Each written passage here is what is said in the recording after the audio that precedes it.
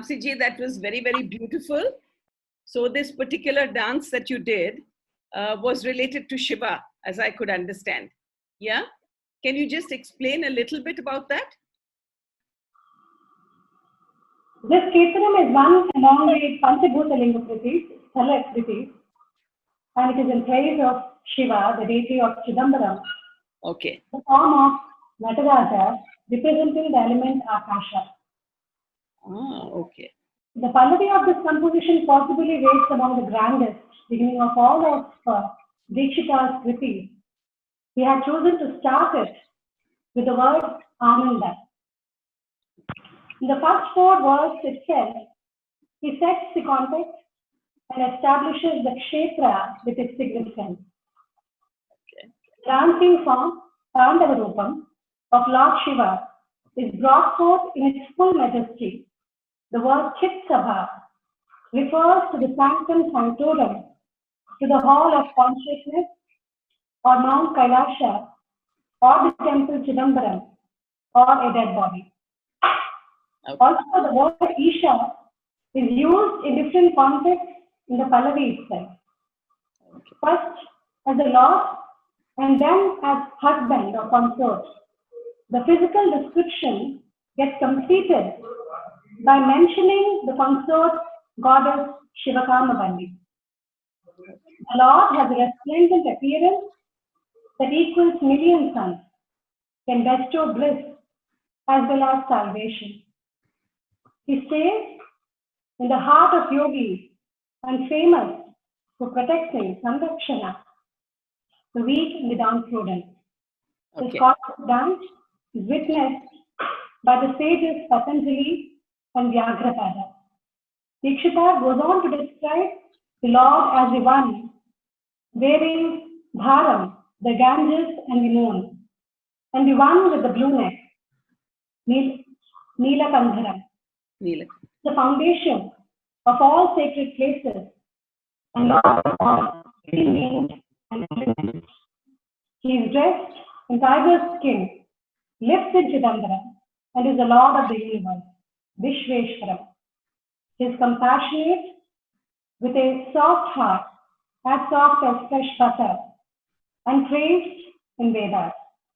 He is free of all desire, Vitaradinam, and expounded the Advaita philosophy.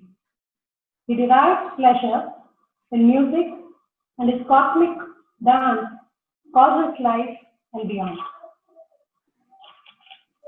Thank you so much. A couple of questions is that I wanted to ask you, because you've done Kuchipudi and you've done Bharatnatyam. Can you switch to the Can you mic hear me? music? Put it off, please. I'm very audible, so you will have to switch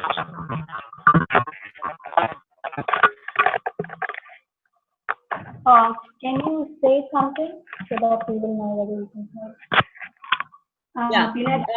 There are a couple of questions that people have for you. So one is that do you practice dance every day, and how many hours do you dance? I practice dance almost every day. I mean, I make sure to practice every day, almost for half an hour. I mean, yes, I mean, that's very minimal, but I try to keep up at least that half an hour of practice of mine. Yes. Every day. Okay. Yes, All every right. day. Okay. So Krishnapani ji wants to know what are the basic differences in the two dance forms, Bharatnatyam and Kuchipudi. Okay. See, the grammar is different. Kuchipudi is more lyrical. It has more rounded movements. It has kind of buoyancy in Kuchipudi. Whereas Bharatanatyam is more grounded, it is more linear, it is more geometrical in nature. So the style is completely the grammar and the kind of execution is quite different. Kuchipudi, maybe I can compare it to two, ladies, Naikas. Kuchipudi and Bharatanatyam. If Kuchipudi can be compared to a very young and innocent, lively Naika, whereas Bharatanatyam can be compared to a matured and you know. So in a sense, it was a good thing that you started off with Kuchipudi and then went on to Bharatnatyam, even in terms of your, yeah, It's just like learning many languages, and and it right, translates into your body. So right, I think every form has its effect on you. right. And Premji has one question for you. You mentioned that you do Vilasini Natyam. And so how do you compare with these different forms and which one do you like the best? Oh, I mean, it's like, I think liking it would be very difficult to say, because each form has its own grammar, Right. and each form has its own distinct style.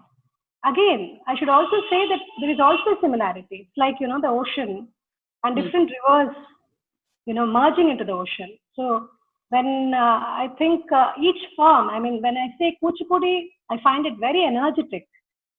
But Okay. when I say Bharatanatyam, it Yeah. has a very firm, grounded movement. It makes you very balanced. It needs a lot of energy in a different way. I think Vilasini Natyam has got the blend of both Kuchipudi and Bharatanatyam. I mean, it's been 2 years since I've been learning, and I'm enjoying it. All three forms are very close to my heart. I mean, I'm still a beginner in Vilasini Natyam, but as far as Kuchipudi, having learned it in my childhood, though I'm not very actively performing Kuchipudi is there in my body. I mean, I think whatever you have learned during your earlier years, it stays with you. I believe in that. Right. And Kuchipudi helps me to grasp. The reflexes are very fast. That's what I have found when I've learned Bharatanatyam. Okay. So what are your views on dance and fitness? Dance and fitness. I think for dance, it's not just the practice or the form, but also you need to have some parallel exercises. I believe that you need to have, they say either you do yoga or aerobics. You definitely, as cricketers, when they do some form of exercises, they play football. So it kind of also relieves that mundane, that kind of repetition. So I definitely believe I do yoga. I'm a practitioner of Iyengar yoga since past 43 years. Okay. And it has helped me immensely to develop that core strength which is needed. So I think it helps you to to develop that core strength, the stamina. Right. Okay. Thank you. And there's another question from Mr. Kapila. He says, for today's kids, what do you suggest and advise relating to dance? I think dance helps you in varied ways. I mean, that's the best part of dancing. Dancing creates a stability in you. It creates a very strong reflexes, the coordination, what you need to have. You can never be, I mean, dance helps you to relieve your emotions, relieve your energy in a very positive way. I think that would, I mean, whether you become a performer or not, but learning a form helps you not just to stay fit, but to develop so many, kind of the kind of coordination what you can get, the kind of even the stamina, mental and physical. Right. I think it helps you in many ways. Yeah. So you've partly answered the next question, which is how does dance influence your moods? If you feel low, do you dance? And if you feel high, do you dance? Absolutely. Yeah. It is a huge stress reliever. I should say that.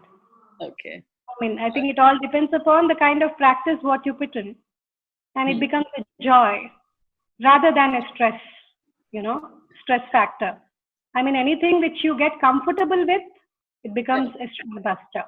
So, yeah. So we've always seen, when we see dancers, they have this glow on their faces, they're always joyful and there's a glow. What do you think? Where do you think that comes from?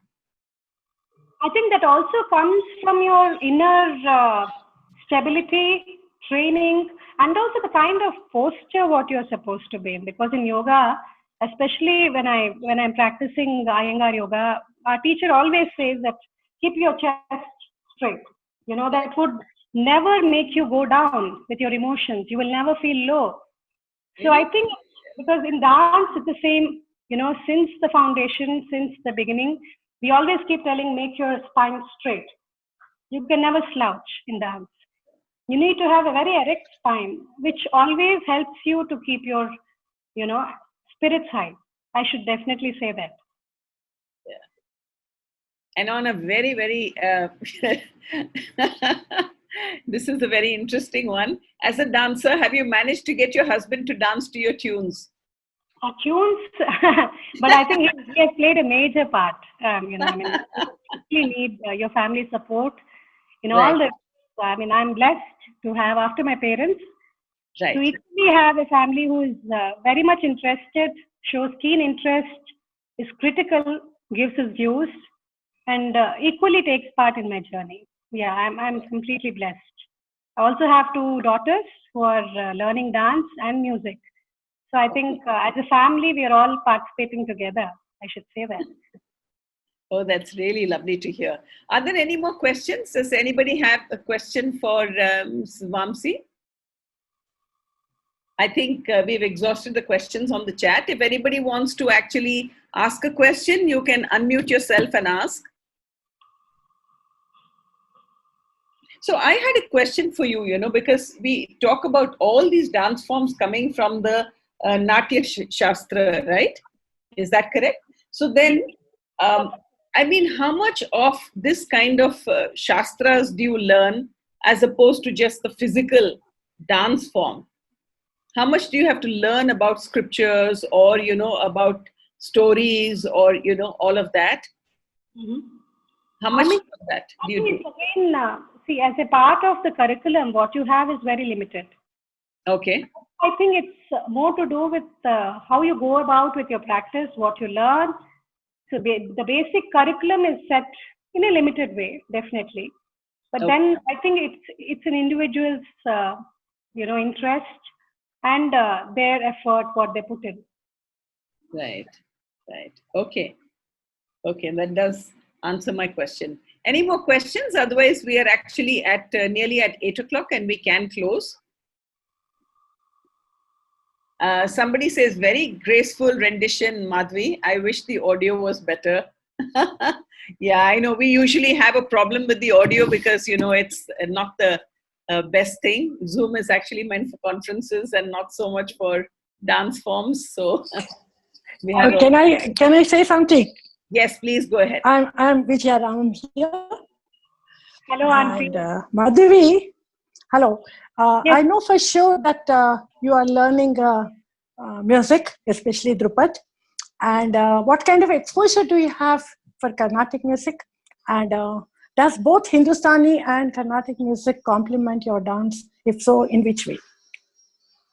It definitely does. That's what I was. In fact, if I was allowed time, and also I actually took one of Veena Sahasrabuddhe's Kali Kapalini Mata Bhavani.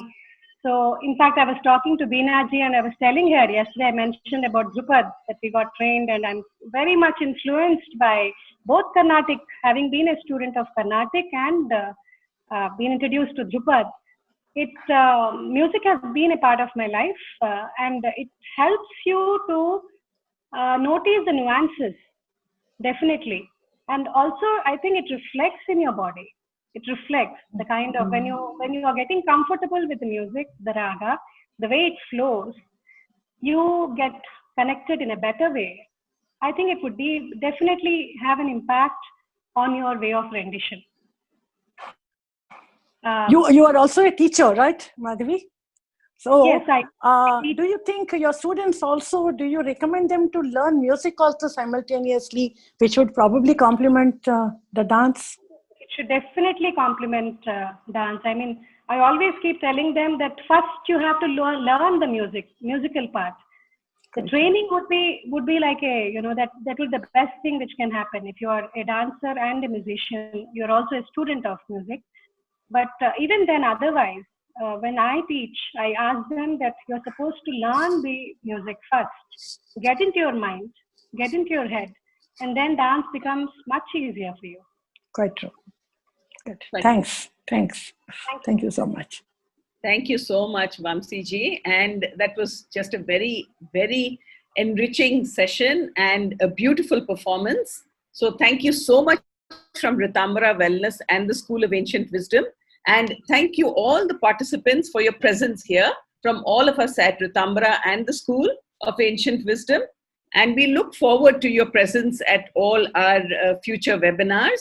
We have webinars practically every day of the week, Ritambara Wellness as well as the School of Ancient Wisdom. I mean, if you put us together, we have programs practically the whole week through. So please join us, and we will be posting all the programs on the respective groups shortly. So please look forward to that, and we look forward to your presence again very soon. Thank you once again from all of us. And with that, we conclude today's session. Thank you.